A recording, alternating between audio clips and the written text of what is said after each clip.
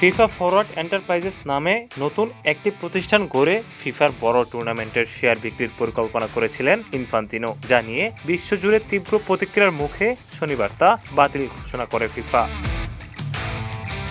পরিকল্পনা বাতিলের আগে ইউএফা-ভুক্ত দেশগুলো ফিফার টুর্নামেন্ট বয়কটের হুমকি দিয়েছিল। একই সঙ্গে তীব্র নিন্দা জানিয়েছিল এশিয়ান ফুটবল কনফেডারেশন ও কনকাকাফ।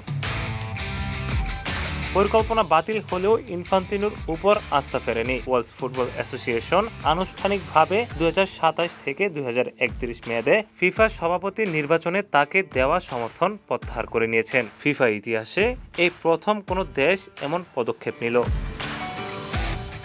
বিবৃতিতে ওয়ার্ল্ড ফুটবল অ্যাসোসিয়েশন জানায়, সাম্প্রতিক শাসন ব্যবস্থা, নেতৃত্ব, নৈতিকতা ও যোগাযোগের ব্যর্থতার কারণে বিশ্ব ফুটবলের নেতৃত্বে থাকার আস্থা হারিয়েছেন ইনফান্তিনো।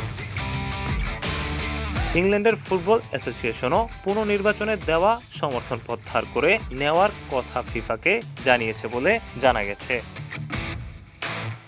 ইউএফা এই বিষয়ে আইনি ব্যবস্থা নেওয়ার কথা বিবেচনা করছে এবং মার্কিন আইনজীবীদের মধ্যেও ইনফান্তিনোকে একটি আইনি নোটিশ পাঠিয়েছে, যাতে ফিফা ফরওয়ার্ড এন্টারপ্রাইজেস সম্পর্কিত সব নথিপত্র সংরক্ষণের নির্দেশ দেওয়া হয়েছে।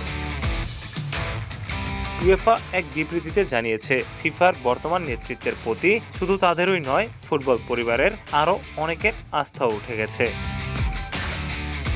আগামী বছরের মার্চে মরক্কোর রাবাতে অনুষ্ঠেয় ফিফা কংগ্রেসে পরবর্তী সভাপতি নির্বাচিত হওয়ার কথা। চতুর্থ মেয়াদে প্রতিদ্বন্দ্বিতা করতে চাওয়া ইনফান্তিনোর বর্তমান মেয়াদ শেষ হবে আগামী বছর। তবে ইউরোপীয় দেশগুলোর সমর্থন হারানোই তার ভবিষ্যৎ এখন বড় চ্যালেঞ্জের মুখে।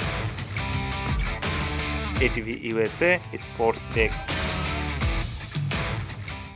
এটিভি ইউএসএ, বিশ্বজুড়ে বাঙালিয়ানা।